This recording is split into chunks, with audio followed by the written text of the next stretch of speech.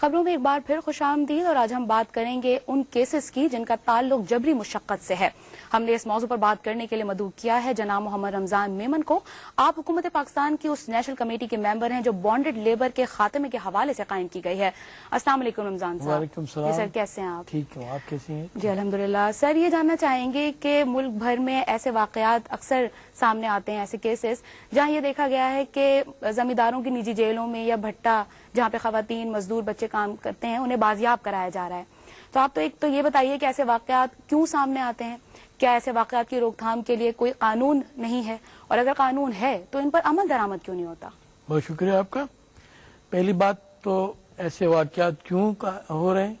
ظاہر معاشرے میں جہاں بھی کوئی کمزور گروپ ہوگا وہ جبر و استحصال کا شکار ہوگا۔ بٹا مزدور یا ہاری اس معاشرے کے سب سے زیادہ کمزور لوگ ہیں، ایک تو سماجی طور پہ، دوسرا معاشی طور پہ۔ معاشی طور پہ اس طرح کہ ان کی جو اجرتیں ہیں وہ بہت کم ہے اور محنت انتہائی سخت، بچوں سمیت عورتیں بچے مرد سب کام کرتے ہیں، جب جا کے ان کو گزارے کے لیے کھانا ملتا ہے، چاہے زمینوں پہ ہوں چاہے بٹوں پہ ہوں۔ ان کو یا تو خریدا جاتا ہے کسی اور سے، یہ اتنے مقروض ہو جاتے ہیں، ان کی اجرتیں بہت کم ہیں اور یہ اتنے کمزور ہیں کہ اپنی اجرت کے لیے بارگننگ نہیں کر سکتے، بات نہیں کر سکتے، تو ان کے اوپر قرض چڑھتا جاتا ہے، کھانے پینے کا، غمی خوشی کا، مقروض ہوتے رہتے ہیں۔ بہت زیادہ مقروض ہو گئے کسی ایک جگہ پر، بہت زیادہ ان کے ساتھ فزیکل زیادتی ہونا شروع ہو گئی، تشدد ہونا شروع ہو گیا، عورتوں کے ساتھ بھی زیادتی ہوتی ہے، تو پھر یہ لوگ وہاں سے بھاگنے کی کوشش کرتے ہیں تو بھاگ نہیں سکتے۔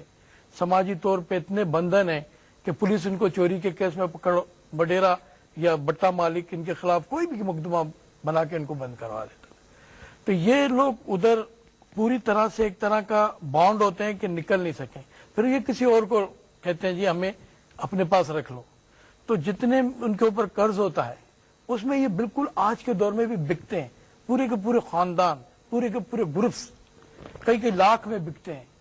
کسی کو لیبر چاہیے، سستی لیبر چاہیے تو وہ بانڈڈ لیبر خریدتا ہے، کیونکہ بانڈڈ لیبر کوئی کنڈیشن طے نہیں کرتا۔ سر لیبر لاز بھی تو ہوتے ہیں، جی تو ان کے اوپر کوئی عمل درآمد؟ اب اس میں جو لیبر لاز ہیں وہ لیبر لاز بھی ہیں، سوشل لاز بھی ہیں۔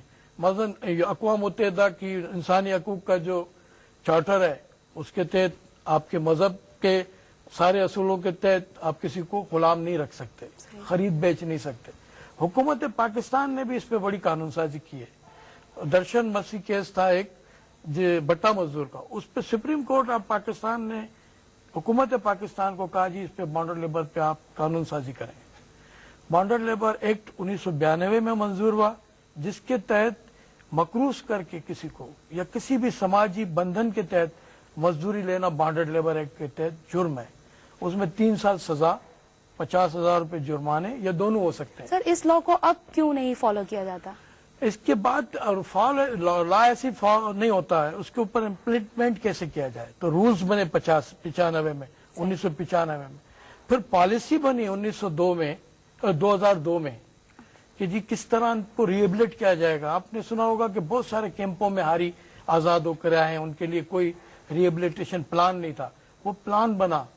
ہر ضلع میں ویجیلنٹ کمیٹی بننی ہے بانڈڈ لیبر کو ختم کرنے کے لیے، بٹوں کو رجسٹر ہونا ہے اور زمینوں کو، زمینداری کو رجسٹر ہونا ہے کہ آپ کے پاس کون ہاری ملازم ہے۔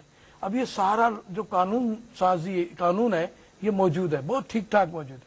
اب اس پہ عمل اس لیے نہیں ہوتا کہ عموماً حکومت میں وہ لوگ ہوتے ہیں یا اسمبلیوں میں وہ لوگ ہوتے ہیں جو زمیندار ہوتے ہیں یا ان کے حامی ہوتے ہیں یا ان کے ساتھ کولیشن میں ہوتے ہیں۔ جو لوگ جاگیرداری کے خاتمے کی بات کرتے ہیں وہ بھی عموماً زمینداروں کے ساتھ کولیشن میں ہوتے ہیں، اور یہ جو بٹے مالکان ہیں یہ بھی بااثر لوگ ہوتے ہیں اپنے علاقوں کے، اور یہ ہاری جو ہے۔ رمضان صاحب اسی موضوع پر ہمارے نمائندے غیاث الدین نے human rights commission of Pakistan کے رہنما اقبال حیدر سے بات کی ہے، آئیے آپ کو وہ دکھاتے ہیں۔